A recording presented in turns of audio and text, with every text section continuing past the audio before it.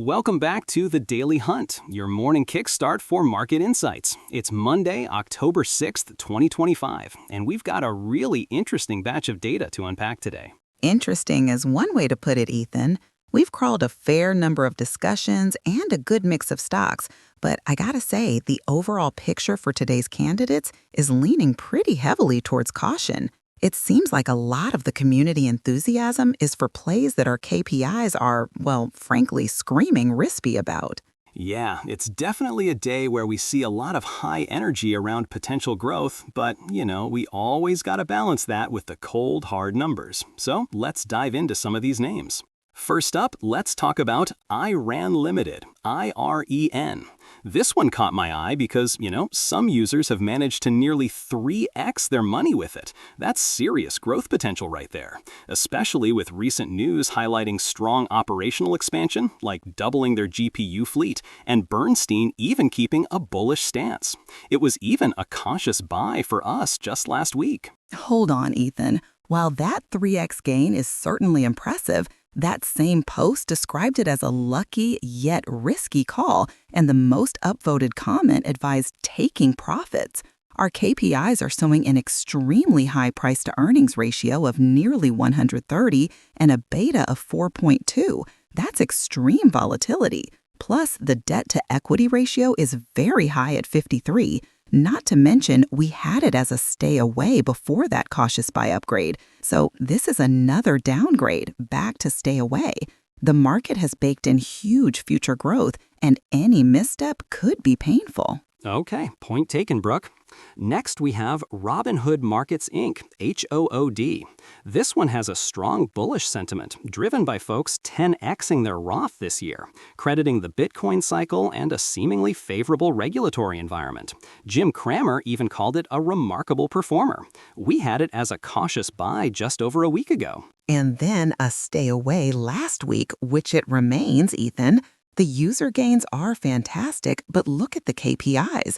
A PE ratio of 75 is super high, suggesting a hefty premium already paid for future growth. It's trading almost at its 52-week high after a massive rally from 22 to almost a 150. That's a huge run.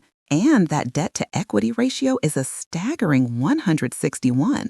While the crypto cycle is certainly a factor, this stock is carrying a lot of risk at its current valuation. We're keeping it at stay away. Moving on to Nebius Group NV, NBIS. Another one that saw a user claim nearly 3x my money and sitting on roughly $250,000 on profits thanks to them getting in before a big announcement. And that big announcement was massive, a multi-billion-dollar AI infrastructure deal with Microsoft for 100,000 NVIDIA AI chips. This sounds like a growth rocket. We've had it as speculative gamble and stay away before, so what's the verdict now? Ethan, the news is indeed exciting, but the numbers tell a different story for new entrants.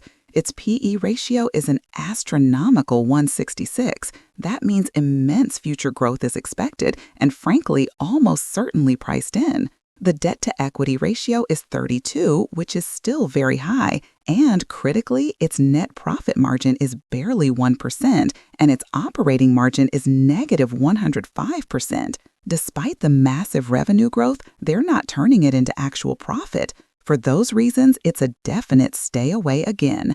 The valuation is highly speculative. All right, let's talk about Lithium Americas Corp., LAC. The post says it all. A lot of commodity stocks mooning lately. With governments investing in critical minerals like lithium and other companies in the sector seeing huge gains, it seems like a great time for LAC, especially with Canadian government support. It sounds good on paper, Ethan, but the fundamentals are tough to ignore. LAC has a net profit margin of 0 and a negative EPS. They're simply not profitable. And that debt-to-equity ratio, nearly 20. That's extremely high leverage for a company that isn't making money.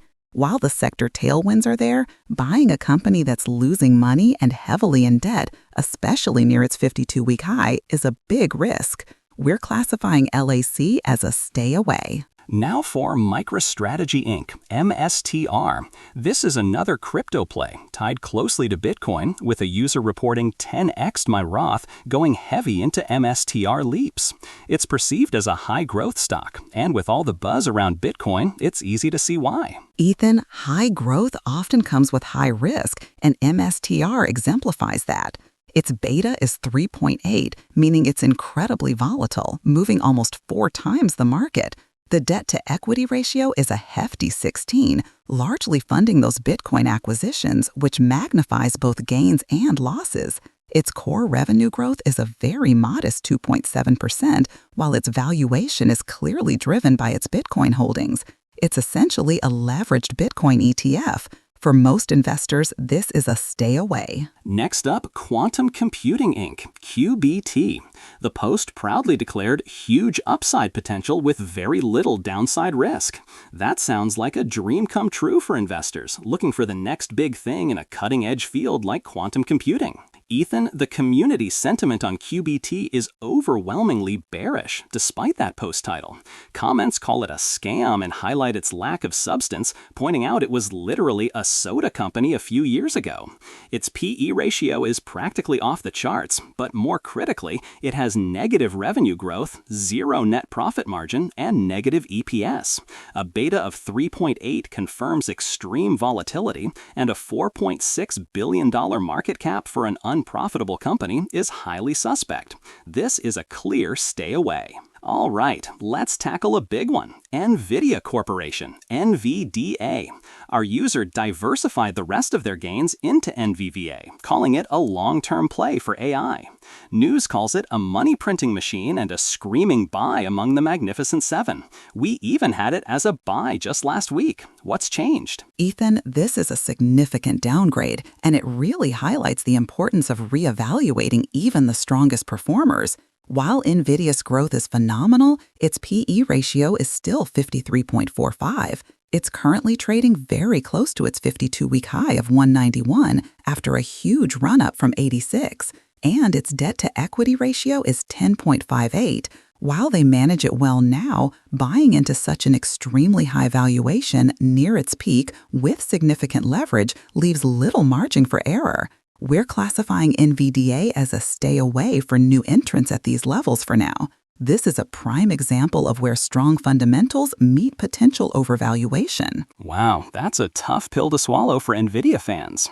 Finally, let's discuss Constellation Brands Inc., STZ.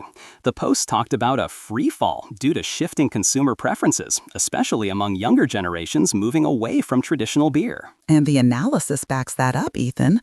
Our KPIs show negative revenue growth, a negative net profit margin, and negative EPS.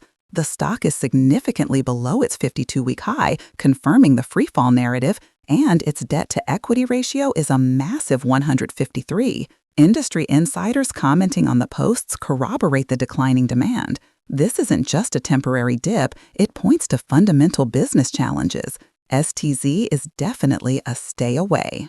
Well, Brooke, it seems like today's market commentary, backed by those deep dives into KPIs, is shouting caution pretty loudly.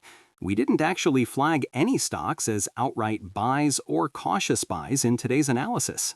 That's right, Ethan. It's a testament to the fact that even with exciting news or past performance, the underlying financial health and valuation can dictate a different path for new investments. However, for those who are highly risk-tolerant and thrive on speculation, we did identify one where the community sentiment is undeniably optimistic, even if our KPIs scream otherwise. Investigate as buy. Investigate as cautious buy. Investigate as speculative gamble. Strategy Inc., MSTR. Disclaimer and goodbye. And that wraps up another episode of The Daily Hunt. As always, remember, this podcast is for informational and entertainment purposes only. The content is generated by artificial intelligence, summarizing publicly available sources to help you focus your own research. It does not constitute financial advice, and market conditions change rapidly.